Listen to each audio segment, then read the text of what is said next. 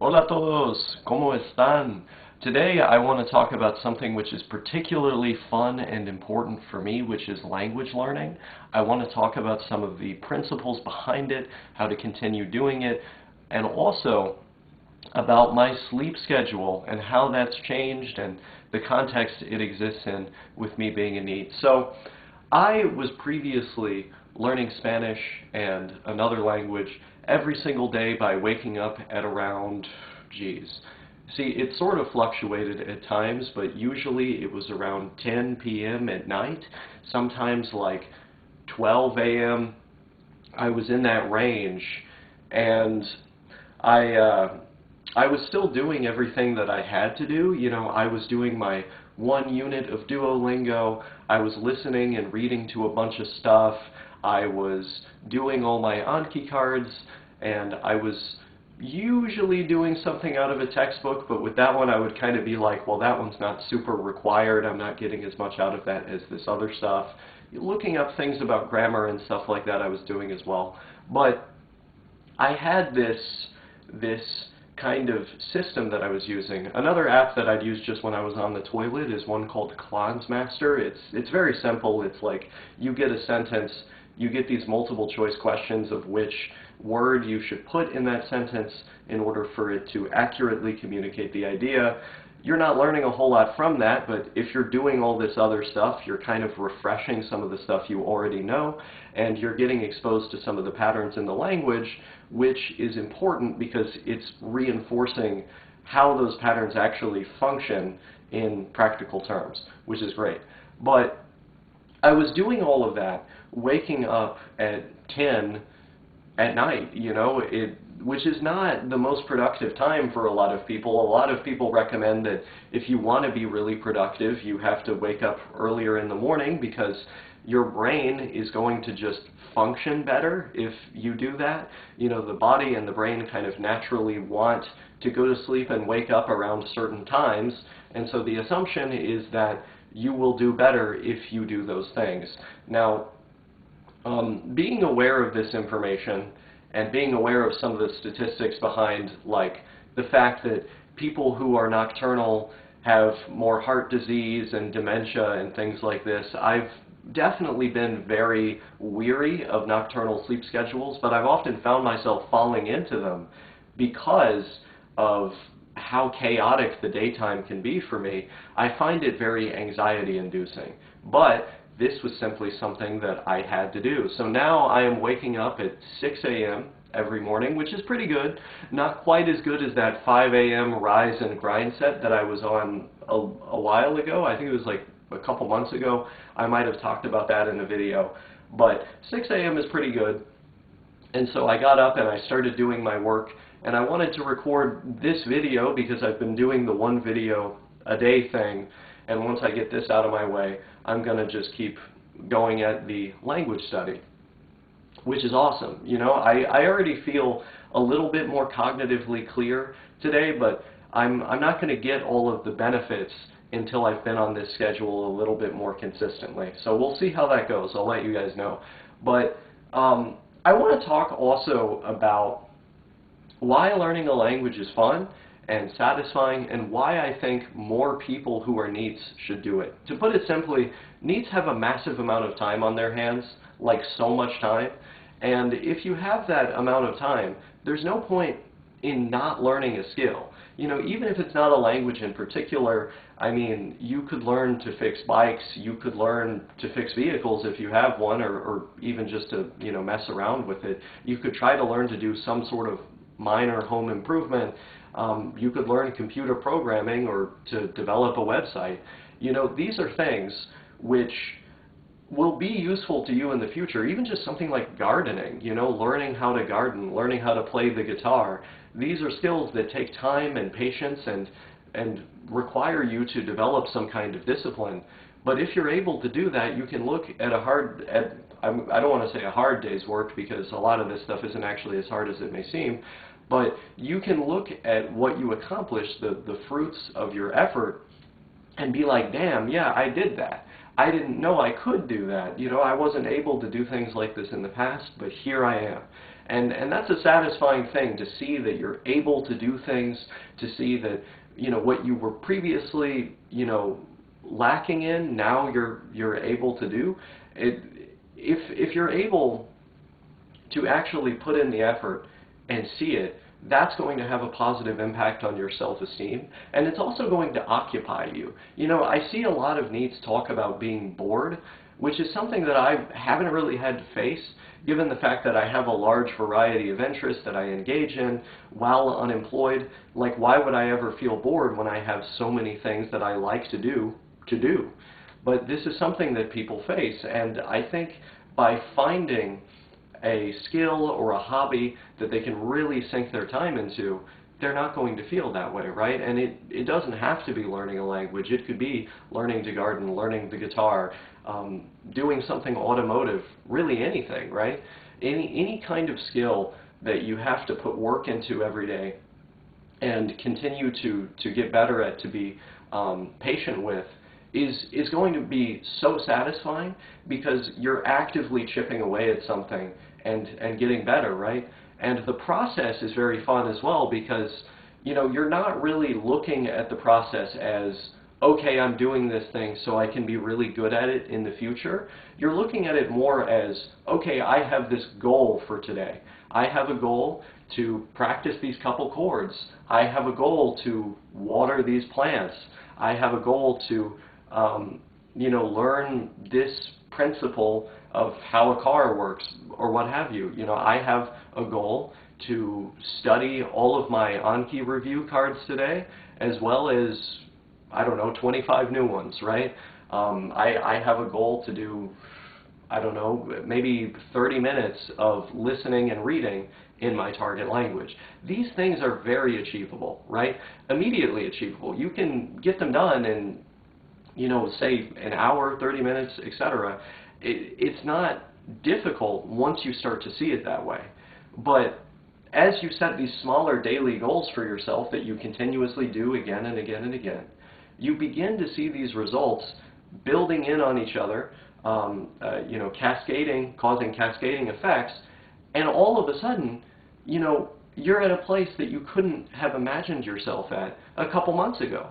You know, for example, just recently, I was reading a comment chain on a YouTube video I was watching that was all in Spanish, and it was people speaking in these big paragraphs to one another.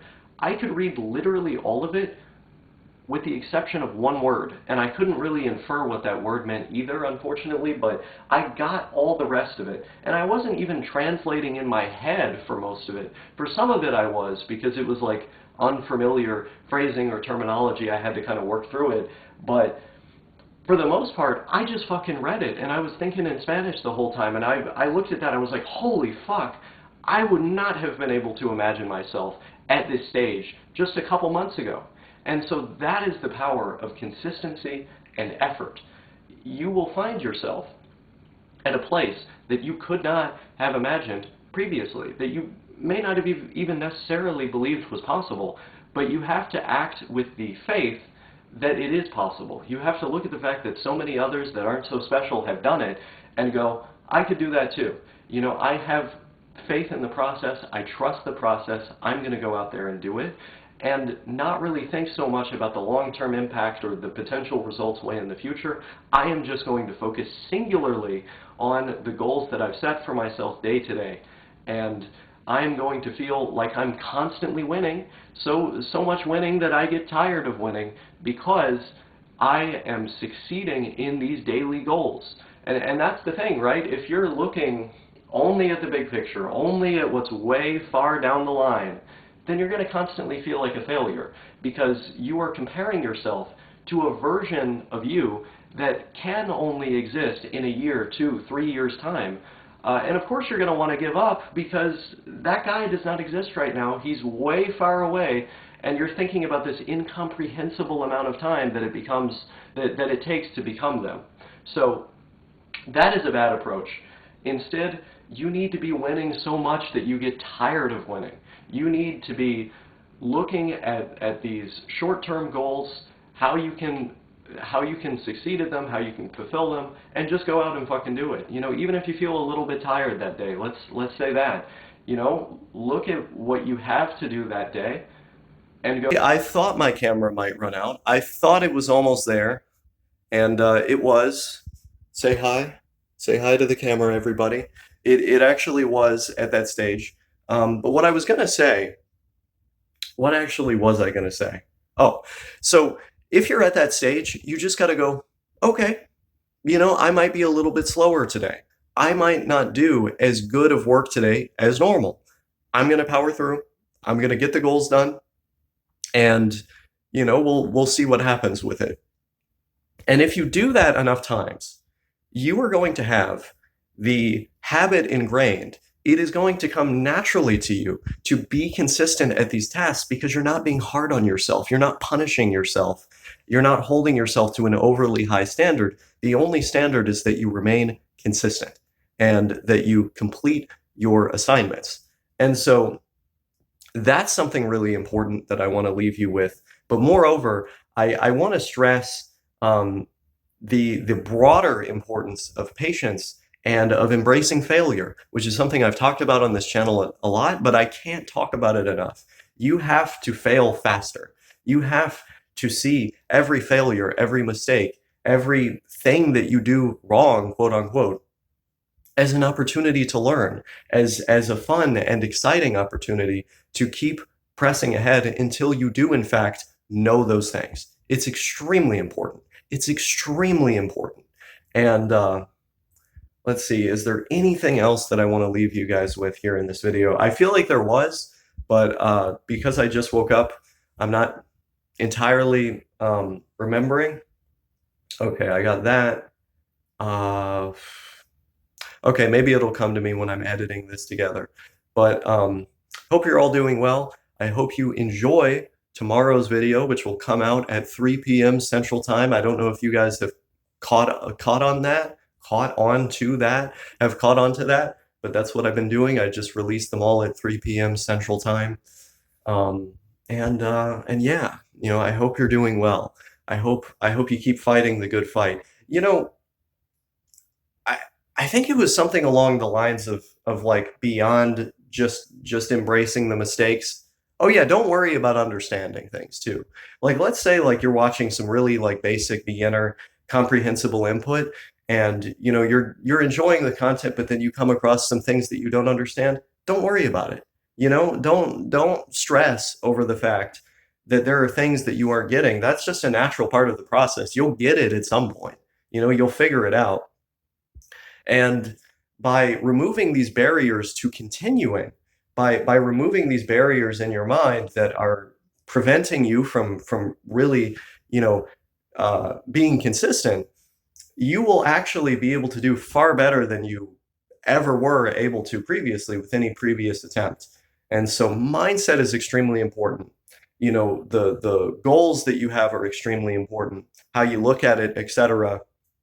But also how you conceive of yourself in the context of this is really important too, because if you see yourself as someone who is learning this language, someone who really cares about it, someone who, is motivated by it for whatever your reasons may be, then you're also going to be pushed to continue. The fact that I see myself as a fan of the Iberian Peninsula, the fact that I am a fan of so much media that has come out of the Spanish-speaking countries, Hispanohablantes, it's like it's all that stuff.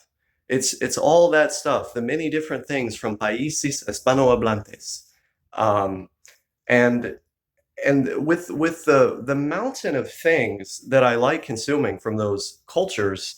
It's been easy for me to conceive of myself as someone who likes this. And the more I've discovered about the grammar and about how the language functions, the more that sense of self that I have has actually increased because of these intriguing, interesting aspects that I've also come to discover. And I think you could also find intrigue, if not in that, then in some other aspects of whatever your target language is. But you have to pick one that appeals to you specifically, that attracts you. If I were to ask you in Spanish, what you're interested in, or what you like, I might say, "¿Qué te atrae?" What attracts you?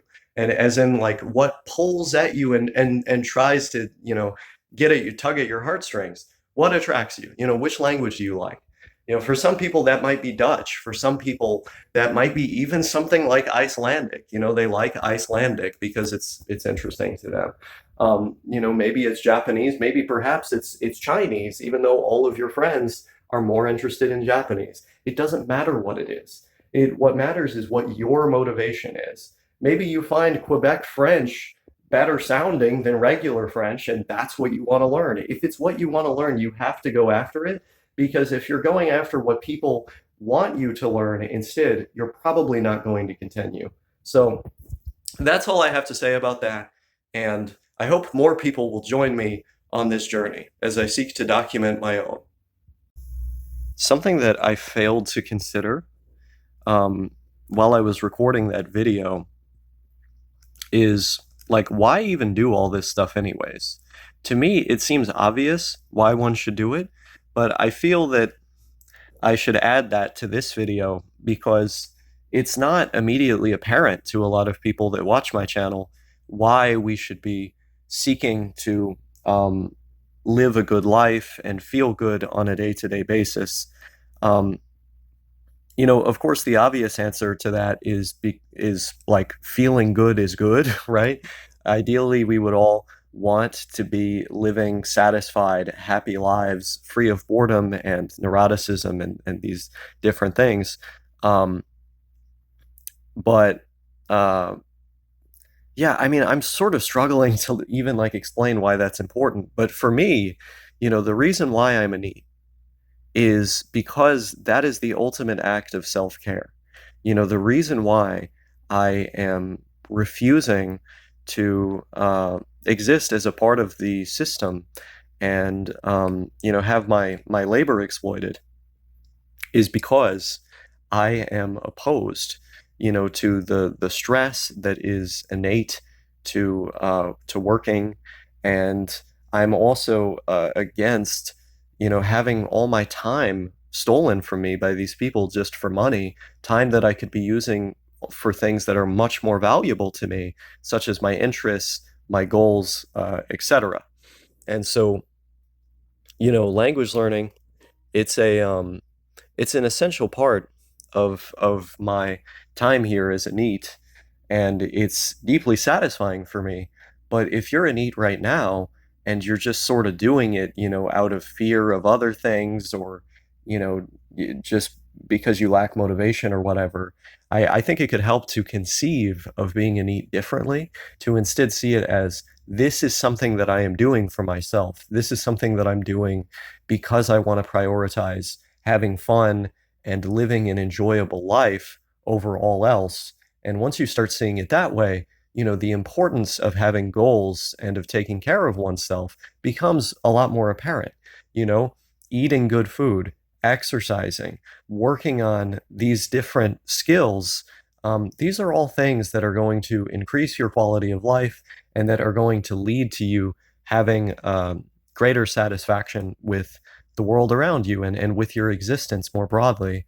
And so, I see this lifestyle that I've chosen as the ultimate act of self-care. And given that, I see, the experience of the individual and how well they're doing as sort of being paramount. And, the only thing we should be considering first and foremost, right? Like everything else is just secondary. Um, then it makes perfect sense to me, right? That we should just be enjoying this free of shame and, working on the stuff that matters the most to us, that's going to contribute to our overall well-being.